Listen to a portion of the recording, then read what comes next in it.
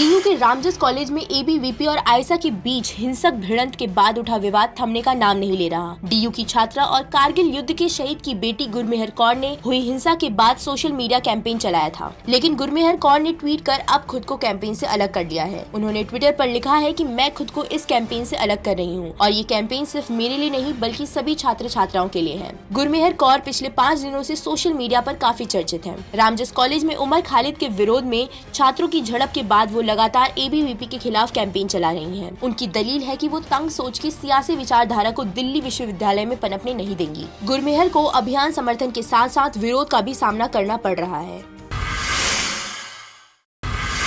केरल में एक पादरी ने फरमान सुनाते हुए लड़कियों के जीन्स टी शर्ट पहनने को शर्मनाक बताया है। पादरी का कहना है कि जो महिलाएं ऐसे कपड़े पहनती हैं उन्हें समुद्र में डुबा देना चाहिए। पादरी की यह बात एक वीडियो के द्वारा सामने आई है। यह वीडियो जैस्मिन पी के नाम की लड़की ने फेसबुक पर शेयर किया था। पादरी ने कहा कि महिलाएं इस प्रकार के कपड़े सिर्फ पुरुषों को उकसाने के लिए पहनती हैं। पादरी ने कहा कि जब मैं किसी चर्च जाता हूँ, अगर मैं अपने सामने कुछ महिलाओं को खड़ा देखता हूँ तो लगता है कि चर्च से बाहर चला जाऊँ। यह वीडियो करीब 12 महीने पुराना है, लेकिन फेसबुक पर शेयर होने के बाद ये दोबारा से वायरल हो रहा है। वीडियो में पादरी कह रहा है कि महिलाएं सब कुछ आकर्षण के लिए करती हैं। वह पवित्र जगहों पर भी jeans, T shirt, shirt, trouser और फोन के साथ जाती है। मुझे नहीं पता कि चर्च में इन सब चीजों की क्या जरूरत है।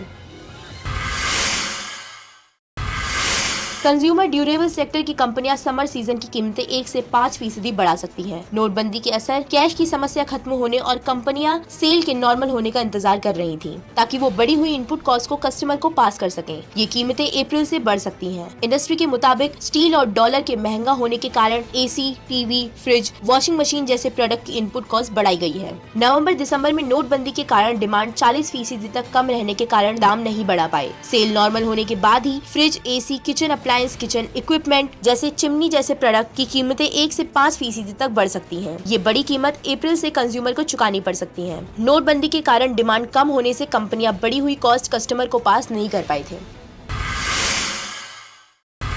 गुजरात के राजकोट और भावनगर में 2 दिन पहले पकड़े गए आईएस आतंकी भाइयों ने पूछताछ में कई चौंकाने वाले खुलासे किए हैं। इस बार उन्होंने जांच एजेंसियों की यह कहकर नींद उड़ा दी कि अहमदाबाद समेत गुजरात के कई हिस्सों में उनके जैसे और 40 संदिग्ध फैले हुए हैं, जो आईएस की दुनिया भर में चलने वाली गतिविधियों से जुड़े हुए हैं। दोनों आतंकी भाइयों ने जाँच टीम को भारत में आईएस के नेटवर्क के बारे में कई महत्वपूर्ण जानकारियाँ दी। उन्होंने बताया कि राजकोट के त्रिकोण बाग और गुंडावाड़ी इलाके में उनकी बम विस्फोट की योजना थी। पुलिस सूत्रों की माने तो पूछताछ के दौरान दोनों भाइयों ने आईएस से जुड़े 40 संदिग्धों के नाम बताए हैं।